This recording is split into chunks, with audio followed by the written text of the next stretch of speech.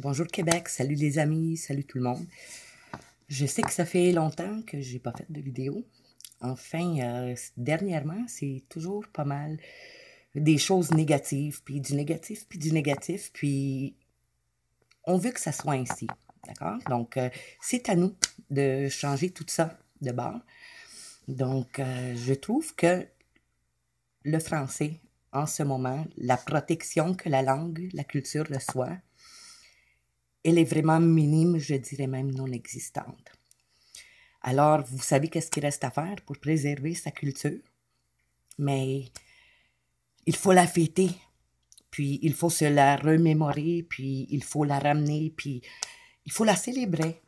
Donc, c'est dans cette perspective qu'aujourd'hui, je vous fais cette vidéo. En fait, moi, quand je suis arrivée au Canada, on m'a dit que la façon la plus facile d'apprendre une langue, à la parler et à l'écrire en même temps, c'est de lire. Donc, il y a eu un moment où je lisais un livre par jour.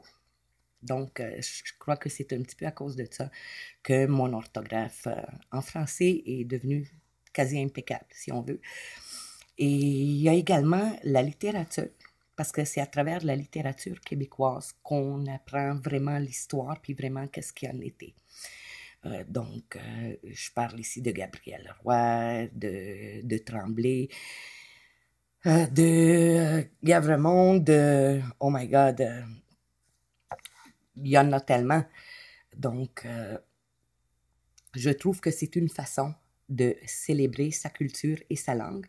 C'est évidemment à travers la poésie et la littérature. Donc, j'ai toujours adoré la poésie. J'ai toujours eu une facilité et j'en écris même beaucoup. Donc, je crois que il faudrait mettre un petit peu plus de positif. D'accord? Donc, le français, c'est la langue de Molière, les amis. C'est la plus belle langue. Et elle n'est pas à veille de mourir. Et peu importe les efforts qu'on fait, elle est toujours là.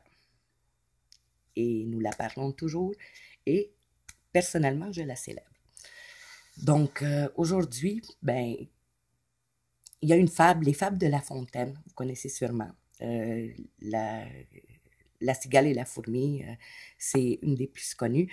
En fait, moi, ma préférée, c'est le loup et l'agneau. Et la situation en ce moment, les rapports de force et ce qu'on voit se dérouler en ce moment, ça me fait beaucoup penser au loup et l'agneau et je trouve que c'est très, très bien imagé. Donc, j'espère que je vais m'en rappeler par cœur. Ça fait longtemps, tout de même. Donc, on va raconter le loup et l'agneau. Non. Un agneau qui se désaltérait dans le courant d'une onde pure, un loup survint à jeune qui cherchait aventure et que la faim en ses lieux attirait. Qui te rend si hardi de troubler mon breuvage, dit cet animal plein de rage. Tu seras châtié de ta témérité. Sire, répond l'agneau, que sa majesté ne se mette pas en colère, mais plutôt qu'elle considère que je m'en vais désaltérant dans le courant plus de 20 pas au-dessus d'elle, et que par conséquent, en aucune façon, je ne puisse troubler sa boisson. Tu la troubles, reprit cette bête cruelle, et je sais que de moi tu m'es dit l'an passé. Comment l'aurais-je faite si je n'étais pas né? Si ce n'est toi, c'est donc ton frère. Je n'en ai point. C'est quelqu'un des tiens, car on me l'a dit. Il faut que je me venge. Et là-dessus, le loup l'emporte dans le fin fond de la forêt et mange l'agneau sans autre forme de procès. Donc, je ne sais pas si ça vous dit un petit peu la même chose que ça me dit à moi, mais voyez-vous, le loup est dans la bergerie. D'accord? Donc, on n'est même plus obligé de sortir, d'aller dans le bois, d'aller au ruisseau. Non, le loup est dans la bergerie.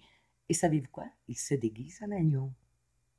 Donc, il s'agit de simplement pas être des moutons.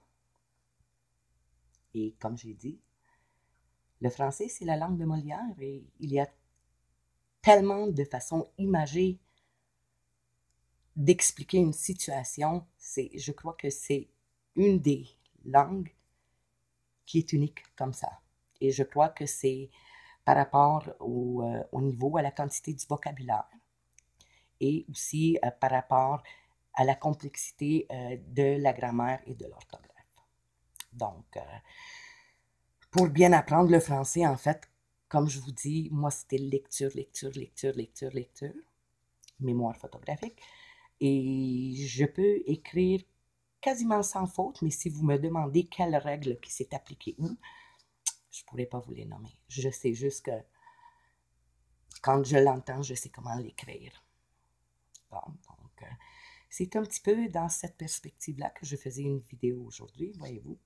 C'est quand même positif et moi, je dis célébrons la langue de Molière, célébrons le français. Et pas juste à la Saint-Jean. Tous les jours sont des bonnes journées pour cela. Peace out Québec. N'oubliez pas d'où vous venez.